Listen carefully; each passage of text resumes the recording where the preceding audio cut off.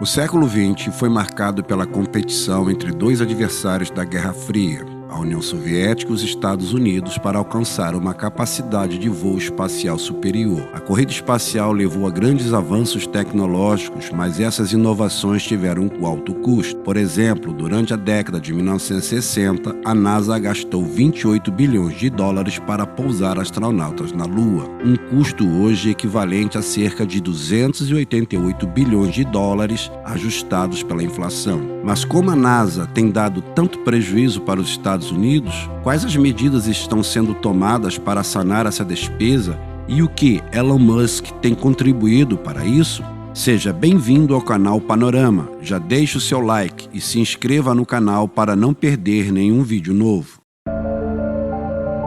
Pela segunda vez em uma semana, a NASA cancelou o lançamento do sistema de lançamento espacial projetado para devolver aos americanos a Lua. Concebido pela primeira vez em 2010 e inicialmente programado para ter seu primeiro voo teste em 2017. A NASA, por sua vez, espera que os americanos ignorem uma década de fracassos caros e rezem pelo melhor. O caminho do SLS para a plataforma de lançamento nunca deveria ter acontecido. Concebido como um meio de manter o emprego aeroespacial dos Estados Unidos e baseado em parte em projetos e peças de foguete mais antigos, o projeto desviou fundos e energia. Alguns proponentes argumentam que o lançamento do SLS marca o início de um renascimento para o programa espacial dos Estados Unidos. É a primeira missão do programa Artemis da NASA, projeto para pousar americanos na Lua em meados da década e eventualmente levar uma base lunar permanente.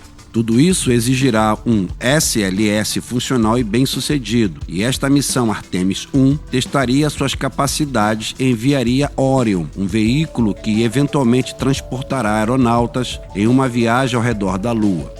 Parece inovador, mas a realidade é que as empresas espaciais do setor privado têm ultrapassado os limites por mais de uma década, enquanto o SLS perdurou por atrasos e orçamentos estourados. Os últimos humanos a visitar a superfície da Lua chegaram através da missão Apollo 17 em 1972. O Congresso cancelou 3 missões adicionais devido ao custo, segurança e diminuição do interesse público e dos formuladores de políticas. Em vez disso, a NASA buscou o ônibus espacial, a Estação Espacial Internacional e um rico programa de exploração robótica da Terra e além. Então, na década de 2000, o governo George Bush decidiu investir o Constellation, um programa extremamente caro projetado para levar a presença humana permanente na Lua. Mas os custos rapidamente saíram do controle e a NASA e seus patrocinadores do Congresso pareciam incapazes e desinteressados em controlá-los. Por exemplo, como a medida da economia de custos, o foguete de lançamento da tripulação do Constellation,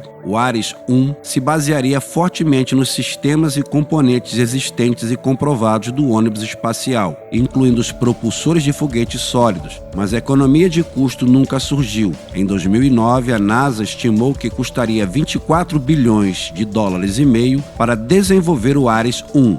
Enquanto isso, na Califórnia, uma startup fragmentada chamada SpaceX estava concluindo o desenvolvimento do seu foguete Falcon 9 e da espaçonave Crew Dragon. A NASA investiu 396 milhões de dólares nessas novas naves, as quais agora realizam missões para a agência espacial.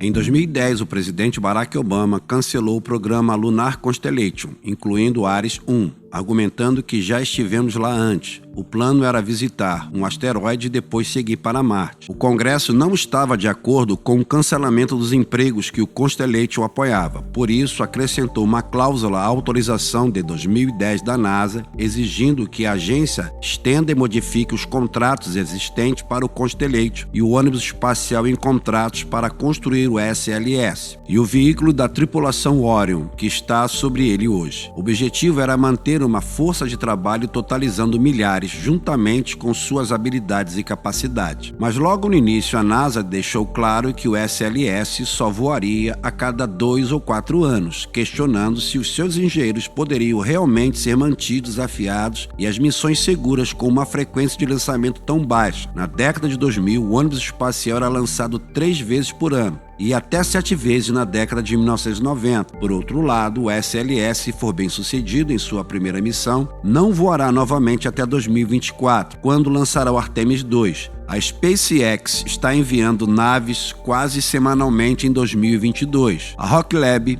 já foi lançada 6 vezes este ano. Mas agora, quem está realmente mantendo as habilidades aeroespaciais dos Estados Unidos afiadas enquanto avança a engenharia aeroespacial? Os funcionários não eram os únicos elos do SLS com o passado da NASA. Em vez de desenvolver um novo motor para o enorme foguete novo, os engenheiros da SLS adotaram e adaptaram o motor RS-25, que alimentava o ônibus espacial. Os primeiros 4 lançamentos usavam motores do ônibus espaciais modificados e excedente que a NASA havia armazenado. Lançamentos futuros usarão novos RS-25 fabricados pela Rocket Arrojet, a um custo de aproximadamente 3 bilhões e meio de dólares para 24 motores de uso único, ou cerca de 145 milhões por motor, em um momento em que os foguetes e motores reutilizáveis são a tendência no setor espacial privado. A economia de custos prometida ainda não apareceu. Os próprios auditores da NASA estimaram recentemente que um único lançamento foguete custará 4 bilhões e 100 milhões de dólares, 8 vezes mais do que a agência estimou em 2013. Enquanto isso, os custos gerais estão chegando a 23 bilhões. Isso está muito longe do que a NASA prometeu ao Congresso. E o Congresso prometeu ao povo americano, quando o programa foi concebido, se não podemos fazer um foguete por 11 bilhões e 500 milhões de dólares, devemos fechar as portas, disse o senador Bill Nelson, da Flórida, em 2010, quando era um dos principais patrocinadores do programa. Atualmente, ele atua como administrador da NASA. É possível fazer melhor.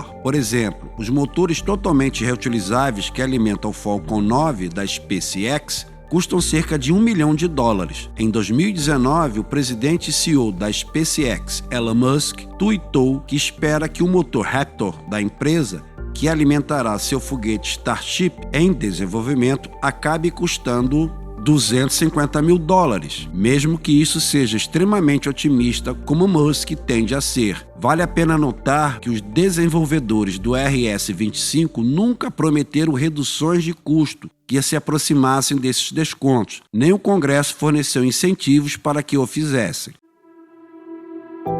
Em 21 de dezembro de 2021, o foguete Falcon 9 da SpaceX lançou uma cápsula de carga para entregar suprimentos e presentes de Natal aos astronautas na Estação Espacial Internacional. Apenas 8 minutos após a decolagem, o primeiro estágio do foguete voltou à Terra, pousando em um dos drones da SpaceX, no Oceano Atlântico. Isso marcou o 100º pouso bem-sucedido da empresa. Como outras empresas, como a Blue Origin de Jeff Bezos, a Bauer Space, a SpaceX está projetando e construindo aeronaves inovadoras que estão acelerando a entrega no espaço, tornando-a mais rotineira e acessível. Mas quanto custa lançar um foguete de carga ao espaço e como esse custo mudou ao longo dos anos?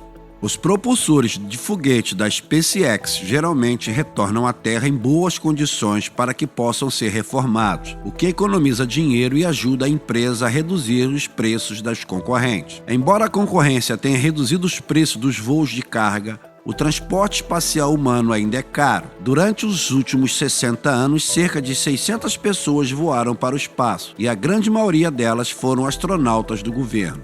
Para uma viagem suborbital, os assentos normalmente custam de 250 mil dólares a 500 mil dólares. Voos, além disso, para a órbita real, uma altitude muito maior, que são muito mais caros, alcançando mais de 50 milhões de dólares por assento. Em uma coletiva de imprensa da SpaceX, o diretor Ben Reed disse: "Queremos tornar a vida multiplanetária, isso significa colocar milhões de pessoas no espaço. Isso ainda pode parecer um exagero para a maioria das pessoas, mas, dado o custo decrescente dos voos espaciais nas últimas 2 décadas, talvez o céu não seja o limite no futuro próximo." E aí, o que você achou de saber sobre o dinheiro dos Estados Unidos gasta com a NASA? Comenta aqui embaixo e me diz a sua opinião sobre isso. Se você quiser saber sobre a história da Copa do Mundo, clique no vídeo que está aparecendo na tela e até mais.